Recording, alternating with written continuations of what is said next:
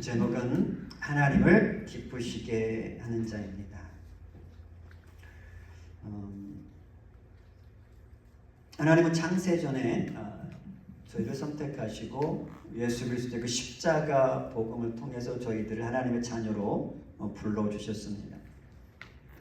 그리고 이제 하나님의 부르심을 입은 자들은 더 이상 이제 옛사람이 아니고 이제 새 사람이 되었습니다.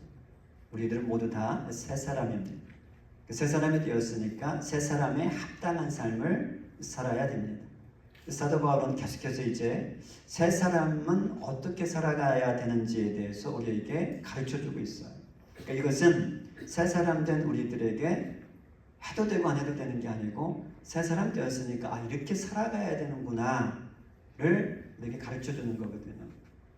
그래서 새 사람은 하나님께서 하나 되게 하신 것을 힘써 지키는 자라 그랬습니다. 그리고 교회 안에서 훈련을 잘 받으면서 하나님의 교회, 우리 주님의 몸된 교회를 세워가는 자라 그랬습니다. 또 세 번째는 사랑으로 진리를 말하면서 예수 그리스도까지 우리는 계속해서 성장해 가야 된다 그랬습니다. 이것은 굉장히 원론적인 이야기였어요. 그 이야기를 한 다음에는 이제 어둠의 옷을 벗어버리고 옛사람을 벗어버리고 이제 새 사람을 입으라고 하면서 지난주에 세 가지 아주 구체적으로 이야기를 해줬어요. 새 사람이 입는다는 게 무엇인지, 새 사람을 살아간다는 것이 무엇인지를 이야기를 했는데 말, 행동, 감정 이 세 가지를 이야기했습니다. 말은 어떻게 해야 되고 감정은 어떻게 다스려야 되고 행동은 어떻게 해야 되는지. 그래서 말은 우리가 묵상한 말씀 있죠. 거짓과 더러운 말은 입 밖에도 내지 말고 남을 세워주는 유익한 말을 하게 하소서. 자, 한 주간 살아오면서 거짓과 더러운 말은 여러분 입술에 나오지도 않았죠. 그리고 남을 세워주는 유익한 말을 하셨죠. 아멘 소리 좀 작기는 한데 그래도 뭐 하신 것 같아요. 제가 고백할 게 있는데 제가 지난주에 노회를 다녀왔습니다. 그 노회 참석해서 이제 제가 발표하는 시간이 있었는데 앞에 나가서 발표를 하는데 저쪽에 제가 신학교 다닐 때 보고 처음 보는 목사님, 친구 목사님이 앉아 계신 거예요. 그 목사님이 미국에 왔다는 소식을 듣고 뭐 통화 한두 번 했었는데 이제 오랜만에 보니까 약간 반가운 마음이 좀 있었어요. 근데 제가 발표를 다 마치고 노회는 계속 진행되고 저는 또 다른 목사님과 함께 밖에 나가서 이제 중요한 이야기를 해야 되는 그러한 일이 있었습니다. 근데 제가 밖에서 이제 교회 밖에서 커피숍에 가서 이야기를 나누는 가운데 노회는 끝났어. 노회는 끝나니까 그 친구 목사님 저를 보고 분명히 있었는데 없는 거예요. 제가 사라진 거죠. 그러니까 저에 전화를 했어요. 어디 있냐고. 나 지금 밖에서 다른 목사님 이야기하고 있다고. 왜 그냥 갔냐고. 자기를 보고 가지. 그렇게 이야기를 하는 거예요. 그때 제 입에서 나온 말. 그냥 사정이 있어서 미안하게 됐어. 내가 이렇게 다른 목사님과 중요한 이야기를 하느라고 이렇게 나왔어. 미안해. 이렇게 말하면 좋았는데 나도 모르게 뭐라고 얘기를 했는가 하면 너 거기 있었어? 왜 이 말이 나왔는지 제가 분명히 봤거든요. 그러니까 그 친구 입에서 왜 그냥 갔어? 다 보고 가지. 서운해. 그 말을 듣는데 미안한 마음이 내 안에 있었던 것 같아요. 그러니까 그걸 좀 무마해 보려고 너 거기 있었어? 이 말이 그냥 툭 튀어나온 거예요. 전화를 끊고 얼마나 마음이 상하고 막 이상한 거 기분이 쥐구멍이라도 있으면 정말 막 들어가고 너무 부끄러운 거야 내 모습이. 왜 그 말을 했을까? 제가 이 거짓과 더러운 말은 입 밖에도 내지 말고 계속 묵상하고 있는데도 불구하고 그 말이 튀어나온 걸 보면서 잠잘 때까지 하나님께 너무 죄송한 거예요. 제 마음을 하나님 비춰주신 거죠. 내 말은 마음에서 나온다 그랬잖아요. 내 안에 아직도 이 거짓된 게 내 안에 아직도 이 얼룩들이 남아있구나. 정직하지 못한 내 마음. 그걸 보면서 정말 눈 감고 잠 잘 때까지 정말 계속해서 쥐구멍 있으면 들어가고 싶다. 막 그런 마음이 들고 회개하며 잠을 들었습니다. 한편으로 감사하기도 했지만, 깨닫게 하신 게 감사하기도 했지만, 정말 내가 이 정도구나. 그래서 좀 창피하기도 했습니다. 어쨌든 그게 여러분 앞에 서 있는 목사의 모습이다 생각하시고 기도해 주시기 바랍니다. 목사님이 진실되지 못해가지고 더 진실된 목사 되게 해주세요. 그렇게 기도해 주시면 정말 감사하겠습니다. 그리고 여러분, 분노, 이제 감정을 우리가 잘 다스려야 된다 그랬는데, 특별히 분노를 잘 다스려야 된다 그랬는데, 한 주 살아오시면서 한 번도 분노하지 않으셨죠? 했어요? 괜찮아요. 우리 다 공사 중이니까, 다 이제 이 성장에 가고있는 과정이 있으니까, 분노하셨다 그러면 또 이제 우리 마음을 또 보는 거죠. 왜 내가 분노했는가? 그 분노를 막을 수 있는 비결은 뭔가?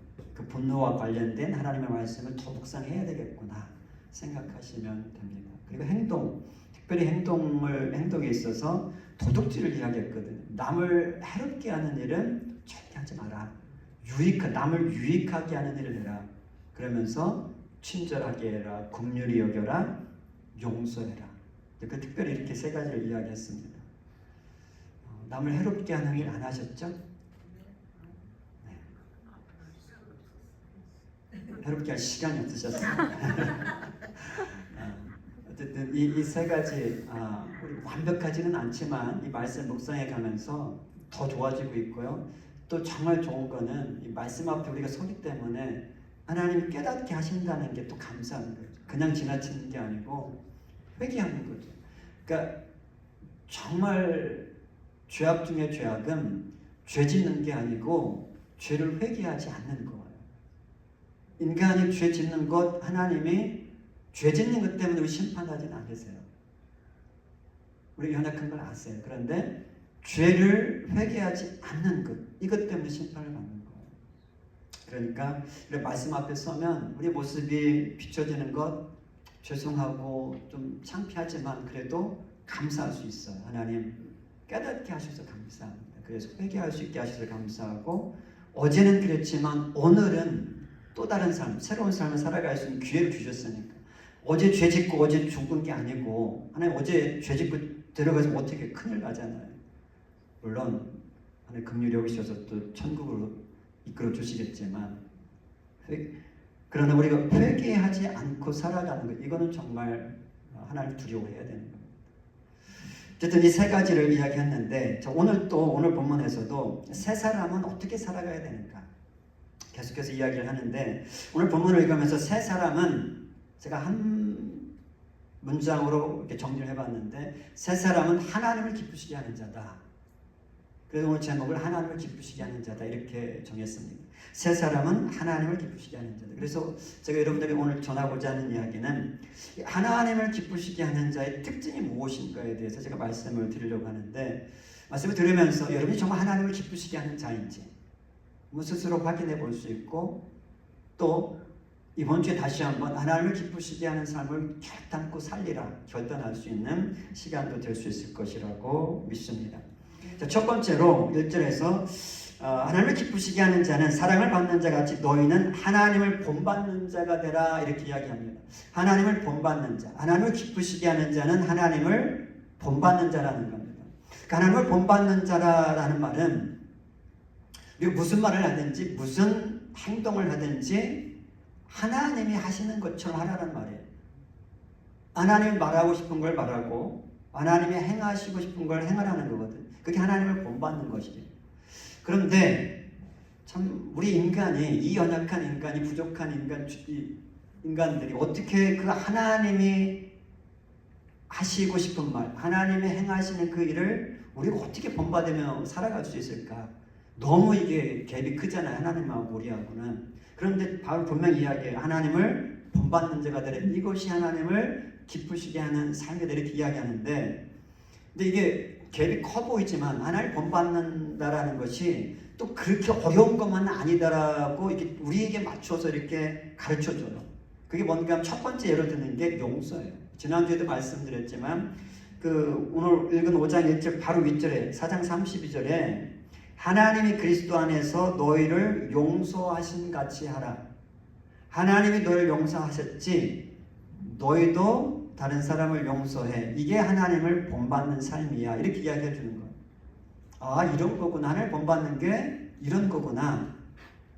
그러니까 하나님께 죄 지은 우리를, 하나님께 잘못한 우리를 하나님이 사랑하셔서 용서하신 것처럼 우리도 우리에게 잘못한 사람을 사랑으로 용서한다면 그게 하나님을 본받는 것이라는 거예요. 이건 할 수 있잖아요. 하나님 우리가 할 수 없는 것 하라고 하시는 게 아니고 나에게 잘못한 사람, 내가 용서를 받았기 때문에 그럼 사랑을 가지고 용서하면 그게 하나님을 본받는 삶, 하나님을 기쁘시게 하는 삶이라는 거죠. 용서는 하나님을 본받는 삶의 전부는 아니에요. 굉장히 큰 부분이지만 전부는 아니에요. 하나님을 본받는 삶의 핵심은 용서 바로 앞에 있는 사랑에 있어요. 무엇을 하든지 무슨 일을 하든지 무슨 말을 하든지 사랑으로 하는 것, 이게 하나님을 본받는 삶의 핵심입니다.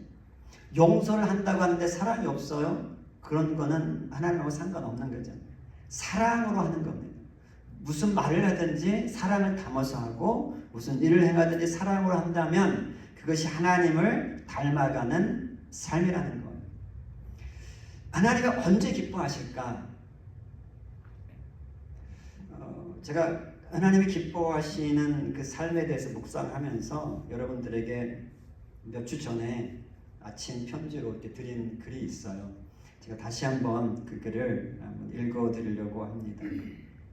하나님은 언제 기뻐하실까?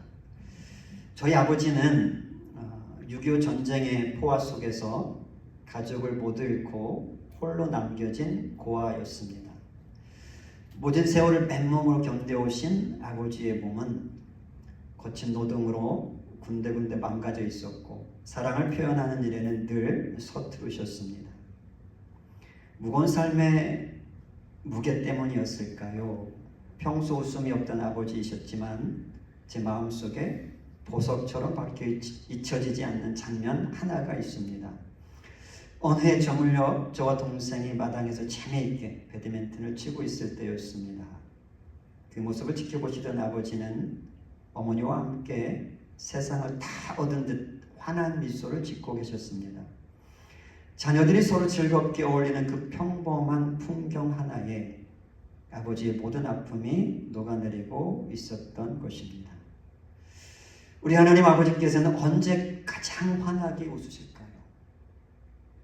우리를 얼마나 사랑하시는지 보여주시기 위해 독생자의 몸을 십자가 위에서 갈기 찢기까지 하셨던 그분, 그 아픈 대가를 치르고 우리를 품어주신 하나님 아버지는 당신의 자녀된 우리들이 서로의 손을 잡고 서로의 아픔을 보듬으며 함께 웃고 지내는 모습을 보실 때 세상에서 가장 눈부신 미소를 지으시지 않을까요?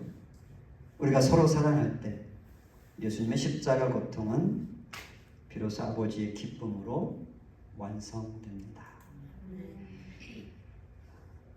하나님은 언제 기뻐하실까? 우리가 서로 사랑으로 살아갈 때, 사랑으로 말하고 사랑으로 행할 때, 그때 우리 하나님 아버지가 정말 기뻐하신다라는 겁니다. 우리가 하나님의 사랑을 이야기할 때 하나님의 사랑은 꼭 기억해야 될 게 우리 인간들이 하는 사랑하고 정말 달라요. 하나님의 사랑은 우리가 알고 있는 그 헬라어 단어 아가페입니다. 아가페의 사랑은 십자가에서 보여주신 그 사랑이에요. 희생적인 사랑, 무조건적인 사랑입니다. 우리 인간들은 보통 거의 조건적인 사랑을 해요. 하나님의 사랑은 무조건적인 사랑입니다. 우리가 이 아가페의 사랑으로 우리 성도들 또 다른 사람들을 사랑하며 살아갈 때 세상은 우리를 보고 하나님을 보게 돼요. 저들은 다르다. 조건적인 사랑이 아닙니다. 세상은 거의 모두가 조건적인 사랑인데 우리는 무조건적인 사랑이에요. 그런 사랑을 세상 사람들이 보면 다르다. 왜 다른가? 저들 안에 하나님이 살아계셔서 그렇다. 그러니까 우리를 통해서 하나님을 보시는 거예요. 그때에 우리 하나님이 우리가 하나님을 닮아가는 거잖아요. 하나님을 모르는 자는 조건적인 사랑을 하고 있는데 하나님을 아는 우리들은 무조건적인 사랑을 하기 때문에 세상도 하나님을 알아보지만 하나님은 우리를 바라보시면서 하나님의 모습을 또 자기 모습을 우리를 통해서 보시는 거예요. 세상 사람들도 우리를 통해서 하나님을 보고 하나님 자신도 우리를 통해서 하나님의 모습을 보시는 거죠. 하나님을 닮은 모습. 그때 하나님은 또 얼마나 기뻐하실까? 제가 내 아들이야. 제가 내 딸이야. 닮은 거 봐. 제가 이 말씀을 또 준비하면서 또 하나 제가 쓴 글이 떠올랐는데 이것도 제가 한번 다시 제가 쓰고 제가 너무 좋아서 읽어드리는데 오래 쓴 글이기 때문에 잊어버리셨을 것 같아서 제가 다시 읽어드립니다. 저희 둘째 아들 주환이는 생김새뿐만 아니라 살아가는 방식과 누군가를 배려하는 마음 씀씀이까지 저를 참 많이 닮았습니다. 기억나시나요? 주변 사람들이 주환이를 보며 목사님이 보이네요 라고 웃음 지을 때면 제 마음 한구석에는 형용할 수 없는 기쁨과 뭉클함이 피어오릅니다. 예수님께서 하신 말씀이 떠올랐습니다. 나를 본 자는 아버지를 보았느니라. 예수님의 걸음걸음마다 하나님 아버지의 그림자가 배어 있었듯 우리의 삶 또한 누군가에게 하나님 아버지를 떠올리게 하는 통로가 되었으면 좋겠습니다. 누군가가 우리의 모습을 보며 우리의 따뜻한 말 한마디를 들으며 당신을 보니 정말 하나님이 계시는군요 라고 고백하게 될 그 영광스러운 날을 소망해 봅니다.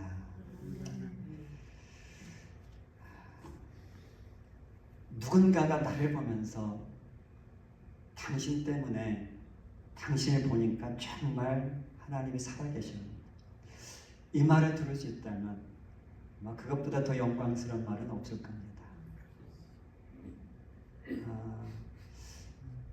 우리가 이제 그런 영광스러운 날을 향해서 지금 한 걸음 한 걸음 나아가고 있습니다.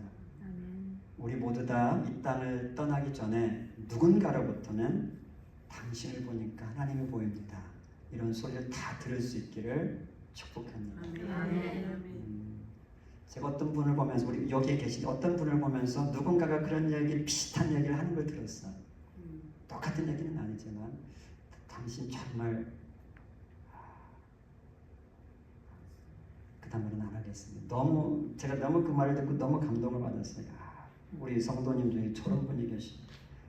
믿지 않는 자가 저렇게 칭찬한 그런 사람, 그분이 우리 공동체 가운데 있다는 게 저는 너무 행복했습니다. 우리가 하나님의 이 무조건적인 이 아가페적인 이 사랑을 하며 살아가는 것, 그럴 때 세상은 우리를 보고 하나님을 바라보는 것, 이것이 하나님을 기쁘시게 하는 삶의 이제 첫 번째로 바울이 우리에게 가르쳐 주었습니다. 하나님을 본받는 삶을 살아가라. 아가페적인 그 사랑을 가지고 말하고 행동하라, 그 말입니다. 이제 그 다음에 이제 사도 바울이 이제 이 하나님을 본받으라고 이야기한 후에는 이제 하나님을 기쁘시게 하는 자, 이 세 사람이 하지 말아야 될 것을 세 가지를 이야기합니다. 사랑으로 말하고 행동하지만 이것만큼은 절대로 하지 마라. 그 세 가지가 뭔가 하면 3절에 음행과 온갖 더러운 것과 탐욕, 이것은 이름조차도 부르지 말라. 이는 성도에게, 세 사람에게 마땅한 거 아니라, 이렇게 이야기합니다. 음행, 온갖 더러운 것, 탐욕, 이것은 절대로 하지 말라고 이야기하는데 그 이유를 어떻게 이야기하는가 하면 5절에서 이런 사람들은 그리스도와 하나님의 나라에서 기업을 얻지 못하리니 이렇게 되어 있습니다.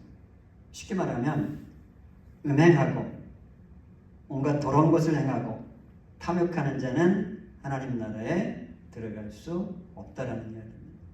그렇기 때문에 사도 바울이 이거는 절대 해서는 안 된다. 새 사람은 이건 해서는 안 된다라고 강력하게 이야기하고 있는 것. 그 이름조차도 부르지 말라라고 이야기합니다.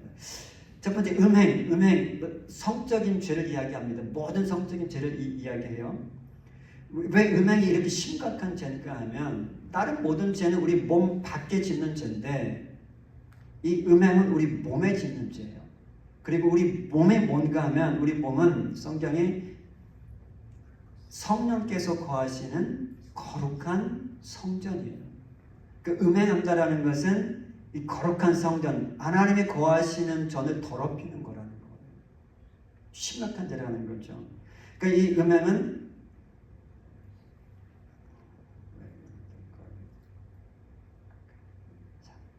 사도 바울이 이렇게 표현을 해요. 음행을 피하라. 사람이 범하는 죄마다 몸 밖에 있거니와 음행하는 자는 자기 몸에 죄를 범하느니라. 너희 몸은 너희가 하나님께로부터 받은 바 너희 가운데 계신 성령의 전인 줄을 알지 못하느냐. 너희는 너희 자신의 것이 아니라. 우리 몸은 우리 예수님께서 핏값을 주고 사셨어요. 그래서 예수님의 것이라는 거, 하나님의 것이라는 거. 그런데 그 하나님의 것을 음행하게 되면 더럽힌다라는 거. 그래서 음행이 절대 해서는 안 되는 죄악이라는 겁니다. 사실 이 성이라는 것은 하나님이 우리에게 주신 정말 소중한 선물이에요. 정말 거룩한 거예요. 깨끗한 거예요. 그런데 이 성이 하나님이 세우신 질서, 이 결혼을 벗어나면 뭐 같은가 하면은 진주를 돼지에게 던져주는 것과 같아요. 그만큼 이 거룩한 하나님의 소중한 선물을 더럽히는 것이 음행이라는 거예요. 음행은 절대로 하지 말라고 사도 바울이 가르쳐주고 있습니다. 두 번째로 온갖 더러운 것, 이거 하지 말라고 그랬는데 온갖 더러운 것, 쉽게 설명하면 그냥 하나님께서 더럽다고 여기시는 것, 하나님께서 부정하다고 여기시는 것은 하지 말라는 거죠. 그 기준이 어디에 있는가 하면 내가 아니고 하나님께 있다라는 거예요. 이 대표적인 게 뭐냐면 육신의 정욕, 안목의 정욕, 이생의 자랑, 이 세 가지입니다. 이 대표적인 거예요. 육신의 정욕, 안목의 정욕, 이생의 자랑, 이 세 가지는 하나님을 빼놓고 내가 만족을 얻으려고 하는 시도예요. 이 정욕이라는 거예요. 이 정욕은 세 사람에게 절대로 어울리지 않는 거다. 하지 말라는 거죠. 세 번째 탐욕을 이야기합니다. 탐욕은 뭐 쉽게 알듯이 그냥 더 많이 가지려는, 계속해서 뭔가 자꾸 채우려고 하는 거죠. 탐욕. 이 탐욕을 하지 말라고 이야기하는데 이 탐욕을 성경에서는 5절에서 탐욕은 우상 숭배와 같다 이렇게 이야기를 해요. 우상 숭배하고 하나님 나라에 들어갈 수 없는 당연한 거죠. 근데 탐욕이 우상 숭배라는 거예요. 왜 탐욕이 우상 숭배일까? 탐욕은 계속해서 뭔가를 가지려고, 잡으려고, 채우려고 하는 거잖아요. 그 탐하는 자에게는, 그들의 마음에는 하나님이 들어갈 이 장소가 없어요. 우리 마음 중심에 하나님이 계셔야 되는데 그게 새 사람인데, 이 탐하는 자에게는 그 중심에 자기가 탐하는 게 들어가 있거든요. 그게 돈이든지 그게 쾌락이든지 그게 들어가 있으니까 하나님이 들어갈 자리가 없기 때문에 그게 우상 숭배라는 거예요. 음행, 정욕, 탐욕, 이것은 절대로 하지 말아야 돼요. 새 사람에게 맞지 않는 것인데 이 세 가지를 행하는 자는 사도 바울이 정말 아주 심각하게 이야기하는데 천국에 결코 못 들어간다 이렇게 이야기를 하는 거예요. 근데 이 세 가지를 이미 한 사람은 어떻게 하죠? 회개하면 돼요. 회개. 아까도 말씀드렸지만 우리는 이제 범하면 안 되는데, 절대 범하면 안 되는데 어느 순간에 범할 수 있어요. 범해도 된다는 게 아니고 범할 수 있어요. 그러면 나 천국 못 가는 거예요? 아니요. 회개하면 돼요. 회개하지 않고 그걸 정당화시킬 때가 문제인 거죠. 그런 자들은 천국에 못 들어간다. 요 세 가지는 하나님은 절대 기쁘시게 할 수 없는, 세 사람에게 맞지 않는 거라고 이야기해 줍니다. 이제 나아가서 이제 사도 바울이 이제 세 사람에게 맞지 않는 행위를 이야기했고, 이제는 세 사람에게 맞지 않는 말을 이야기합니다. 지난주도 제가 말씀드렸지만 이 우리 언어가 얼마만큼 중요한지를 사도 바울이 지난주 굉장히 강조해서 우리에게 가르쳐 줬어요. 거짓과 더러운 말과 비방하는 말 절대 담지 말라. 오늘 또 이야기해요. 4절에서 누추함과 어리석은 말이나 희롱의 말이 마땅치 아니하다 이렇게 이야기해요.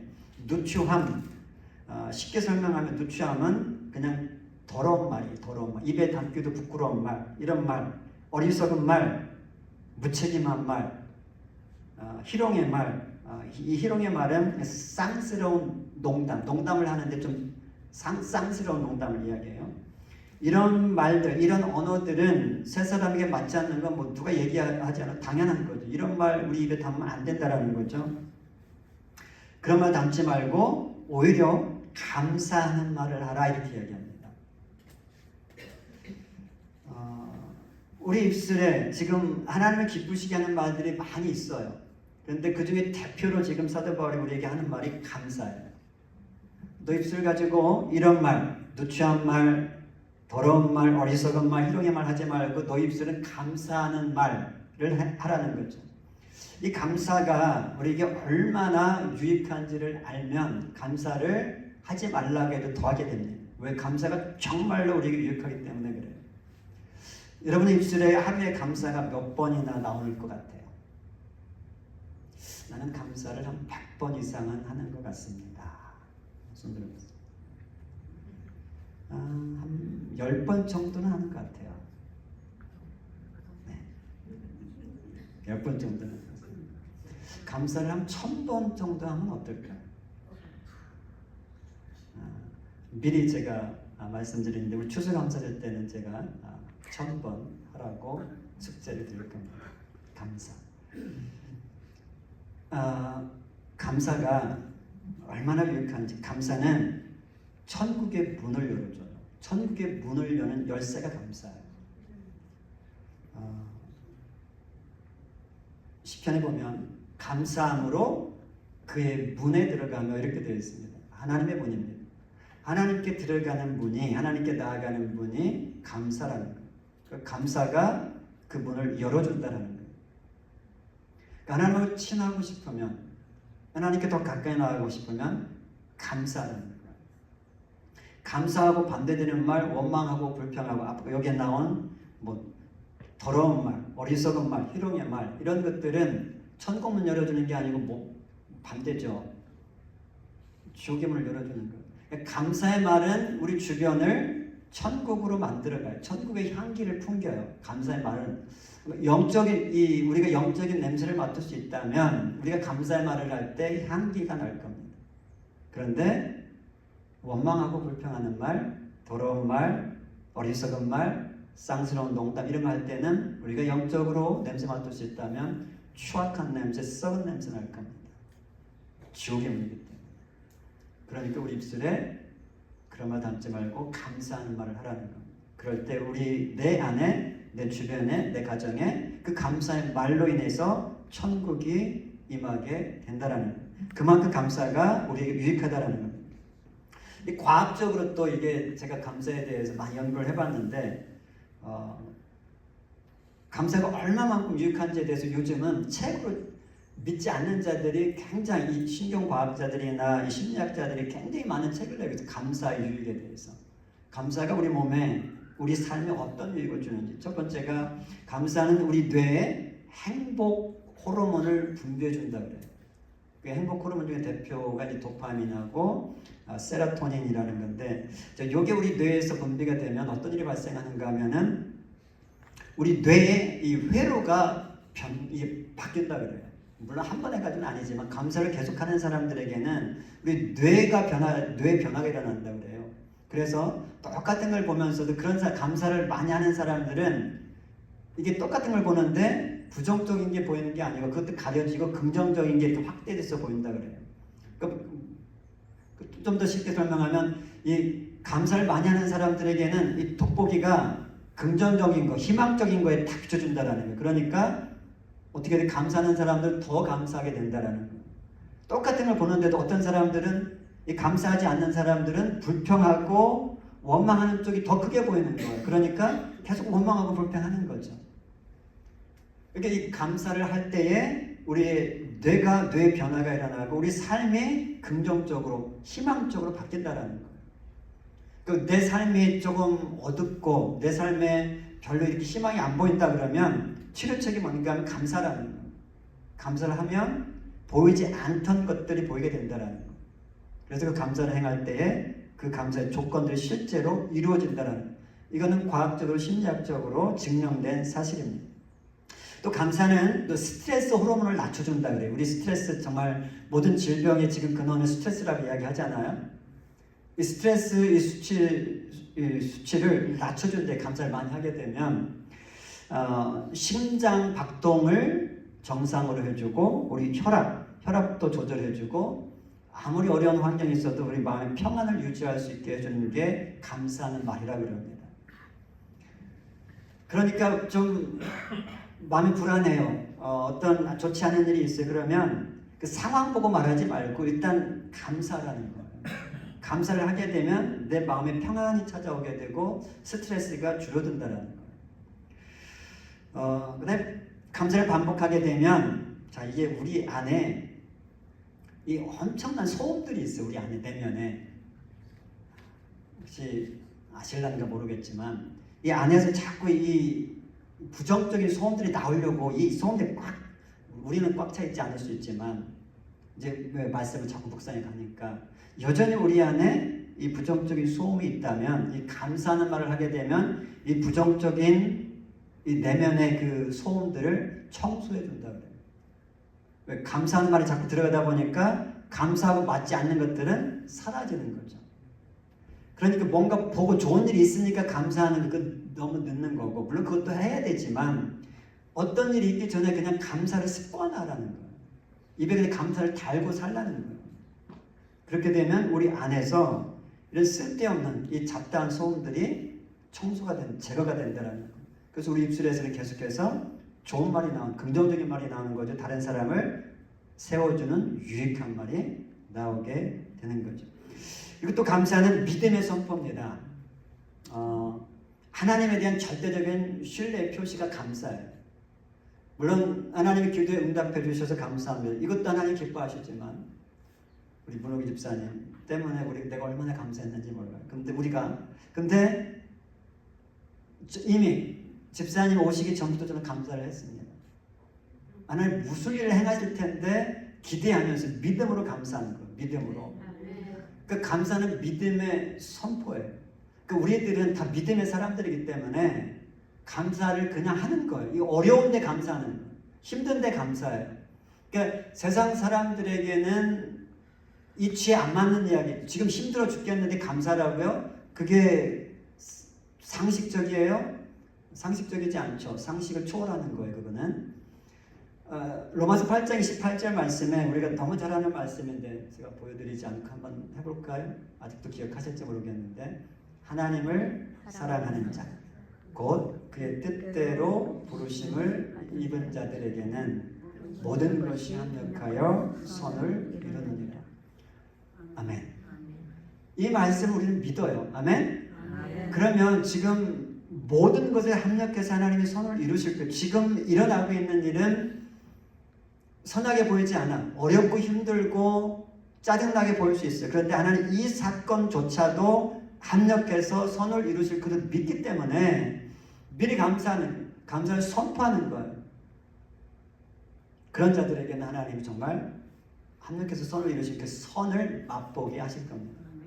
그러니까 우리는 어떻게 보면 이게 맞는 말인지 모르겠지만 김칫국부터 마시는 자들이 우리들이에요. 이게 맞는 말이에요. 이해가 가시지 무슨 말인지. 제가 속담을 잘못 해석하고 있는지는 모르지만 일단 말부터 하는 거 우리는 감사부터 하는 거예요. 하나님은 아직 아무 일도 안 하셨어. 나 힘들어. 그런데 하나님이 뭘 하실지 이미 알기 때문에 하나님 감사합니다. 김치국 맛있네. 그러면 하나님이 제 믿음이 있네? 그러지 않겠어요? 정말 나를 신뢰하네? 내 말씀을 정말 믿네? 하나님 그러지 않겠어요? 그러면 하나님 그때 선을 이루어주시는 거예요. 그 선을 이루어주셔서 감사하는 게 아니고 이루어주실 걸 믿고 감사하는 거예요. 그런 자들에게 하나님이 우리가 기대하지도 못했던 것까지도 맛보게 하실 거라고 저는 믿습니다. 아멘. 감사하는 자는 환경에 지배당하는 자가 아니고 환경을 지배하는 자입니다. 이 감사의 유익이에요. 감사하지 않는 자는 환경에 따라서 이리저리 흔들립니다. 힘들면 힘들어 죽겠다. 어려우면 어려워 죽겠다. 원망하고 불평하고. 근데 미리 감사하는 자들은 환경을 지배하게 돼요. 환경을 다스리게 돼요. 환경이 어떠하든지 상관없어. 나는 그냥 감사할 겁니다. 그 이유는 하나님 모든 것을 하실 수 있고 합력해서 모든 걸 합력해서 손을 이루신 그 하나님이 나와 함께 하고 계시기 때문이에요. 그러니까 이게 환경이 우리를 어떻게 할 수가 없는 거예요. 마귀는 우리를 환경을 통해서 주변 사람들을 통해서 흔들려고 애를 쓰지만 나는 넘어가지 않는 거예요. 미리 감사부터 나오기 때문에. 이게 감사의 유익이라는 거죠. 이제 감사 더 많이 하시겠죠? 이제 일어나자부터 그냥 하나님 감사.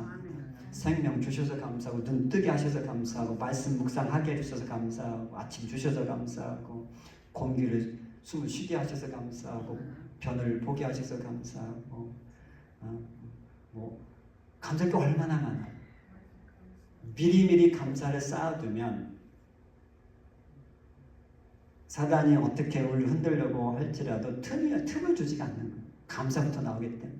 감사는 우리를 이 마귀의 유혹에서 보호해주는 방파제와 같다. 이렇게 생각해도 맞을 겁니다. 그 다음에 이제 하나님을 기쁘시게 하는 자 세 사람은 헛된 6절에 보면 누구든지 헛된 말로 너희를 속이지 못하게 하라 이렇게 되어 있습니다. 헛된 말. 여기서 헛된 말은 음행하고 더러운 일을 행하고 탐욕을 부리고 더러운 말을 하고 어리석은 말을 하고 희롱의 말을 해도 천국에 들어가는 것과는 무관하다 이렇게 말하는 게 헛된 말이에요. 여기서 그런 말 하는 자들에 의해서 속지 말라고 이야기하는 거예요. 그 당시에는 지금 에베소 이 당시 이단들이 영지주의라는 게 있었어요. 영은 거룩하고 선한 거고 육은 악한 것이고 그러니까 영이 구원받으면 육이 아무렇게나 해도 상관없다라고 가르치는 그런 이단들이 있었어요. 그 당시에 영지주의라고 해요. 근데 그런 이단이 지금 우리 주변에도 있다는 거 아세요? 그런 자들의 유혹에 속지 말라고 이야기해요. 그러니까 너희들이 이미 구원받았으면 예수를 믿어서 구원받았으면 어떻게 살아가든지 구원에는 영향이 미치지 않아. 그러니까 하고 싶은 대로 해. 얼마나 솔깃해요. 내가 하고 싶은 대로 다 해도 천국 갈 수 있대.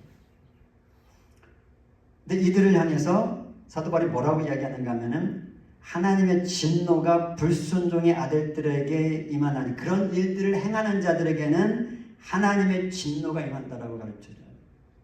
천국 아무런 영향도 못 미친다고 이거는 헛된 말이라는 거예요. 그런 말에 속지 말라고 이야기해요. 그리고 그러한 자들과 함께 하지도 말라고 이야기를 합니다. 에덴 동산에서 아담과 하와가 이 헛된 말에 넘어갔습니다.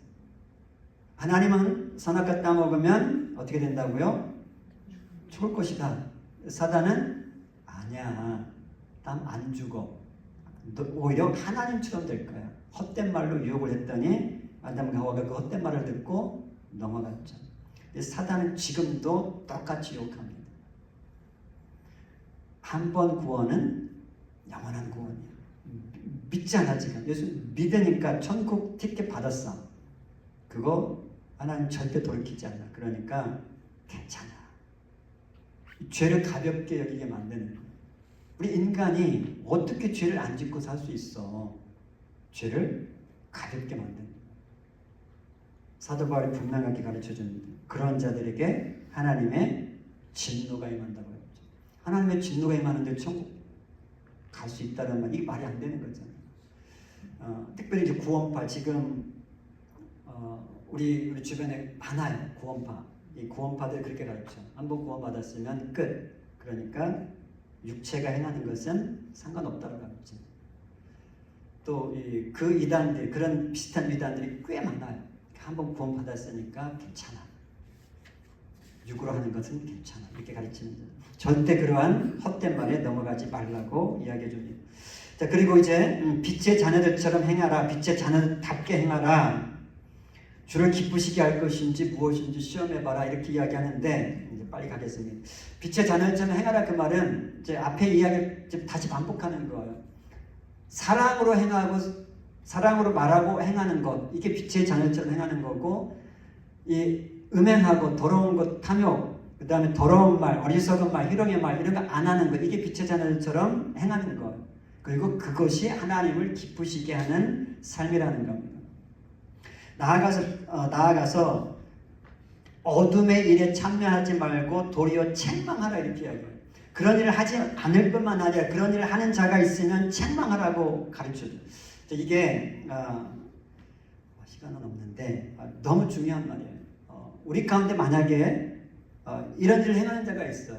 사랑으로 말하고 사랑을 행하지 않고 음행하고 더러운 것 행하고 탐욕하고 더러운 말하고 어리석은 말하고 희롱의 말, 이 쌍스러운 농담을 하고 이런 사람들이 있는데 가만히 있지 말라는 거예요.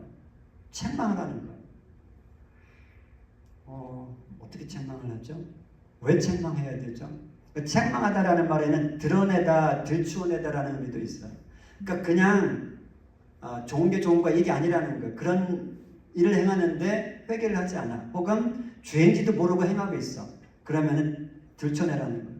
왠가 하면 이 죄악들은 전염성이 있어요. 그 사람, 만약 한 사람이 행한다면 그 한 사람의 죄가 끝나는 게 아니고 그게 계속 번져가게 돼 있어요. 끊으라는 거예요. 그런데 자세가 중요해요. 자세가.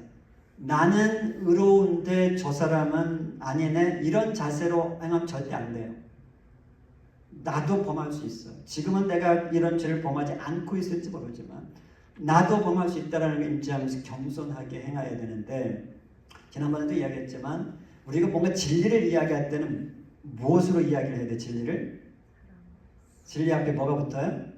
사랑. 사랑으로 진리를 이야기하라. 그 사람에게 그 잘못을 드러내는 이유는 그 사람을 사랑하기 때문에 해야 되는 거예요. 왜? 그대로 두면 멸망으로 가니까. 그러니까 사랑하지 않으면 멸망을 가든지 말든지 할 수 있잖아요. 근데 너무 사랑하는 지금 우리 가족 중에 죄인지도 모르고 혹은 죄인데도 너무 그 속에 깊이 들어가서 계속 회개도 안 하고 계속 살아간다면 우리가 그걸 드러내서 회개할 수 있도록 인도해 줘야 된다는 거예요. 그런데 사랑이 없다면 도움이 안 돼요. 정말 사랑하기 때문에 이야기하라는 거예요. 그럴 때 그 사람이 빛으로 다시 나올 수 있게 된다는 겁니다. 우리 교회는 죄인은 용납하지만 죄는 용납해서는 안 됩니다. 이거 많이 들었던 얘기일 거예요. 이게 진부한 얘기처럼 들리지만 너무 중요한 이야기입니다. 죄인은 얼마든지 용납할 수 있습니다. 그러나 죄는 용납해서는 안 돼요. 그렇다고 해서 죄인을 비난하고 정죄하라, 그 얘기 절대 아니에요. 죄를 죄로 인정하고 회개하라는 이야기. 그래서 우리 교회를 이 거룩한 공동체로 세워가라는 이야기. 왜 많은 교회들이 힘들어지고 무너지는가 하면 이 죄의 문제를 제대로 다루지 못해서 그래요. 이게 쉽지는 않아요. 그런데 반드시 해야 돼요. 왜? 나도 죄인이기 때문에, 나도 죄를 범할 수 있기 때문에 이 죄, 다른 사람이 죄 짓는 것에 대해서 이야기하면 꼭 나는 괜찮은 사람 같고, 또 저 사람이 또 다르게 이 죄를 잘 이야기해 줄 때 제대로 반응하지 못하면 어떡하지, 관계만 더 소원해지면 어떡하지, 이런 생각 때문에 그냥 내버려두는 그런 경우도 있는데, 죄를 그만두면 전파되기 때문에 결국은 그의 공동체를 무너뜨려요. 죄를 그만두면. 그래서 하나님께서 아간이 범죄했을 때 그 기억나시죠? 아간 한 사람이 범죄했는데 이스라엘 전체 공동체가 피하게 하시잖아요. 가르쳐 주시기 위해서. 한 사람이 범죄한 거 그냥 두지 말라는 거예요. 그러니까 이게 사도 바울도 오늘 똑같이 가르쳐 주는 거예요. 이 어둠의 일을 행하는 자가 있다면 눈 감아주지 말라는. 그 사람은 사랑하되 죄는 드러내라. 그래서 회개로 이끌라. 근데 방법이 뭔가 하면 사랑으로 하라. 이제 말씀 마치겠습니다. 우리는 새 사람입니다. 새 사람은 하나님을 기쁘시게 하는 자입니다. 하나님을 기쁘시게 하는 자는 오직 사랑으로 말하고 사랑으로 행하는 자입니다. 음행, 더러운 것, 탐욕 입에도 올리지 맙시다. 그리고 더러운 말, 어리석은 말, 쌍스러운 농담 입에 두지도 맙시다. 그리고 우리 가운데 혹시 죄를 회개하지 않고 죄를 계속해서 범죄하는 자가 있다면 사랑으로 다가가서 권면합시다. 회개할 수 있도록. 그래서 우리 교회가 정말 하나님이 기뻐하시는 거룩한 그런 공동체로 성장해 갈 수 있도록 할 수 있다면 하나님이 얼마나 기뻐하실까요? 그래서 우리가 이 어두워져가는 세상에 빛을 발하는 교회로 우뚝 서게 될 것입니다. 아멘. 이제 묵상의 말씀 다 같이 두 번 주고 뒤에 보면 나와 있죠. 한번 같이 읽도록 하겠습니다.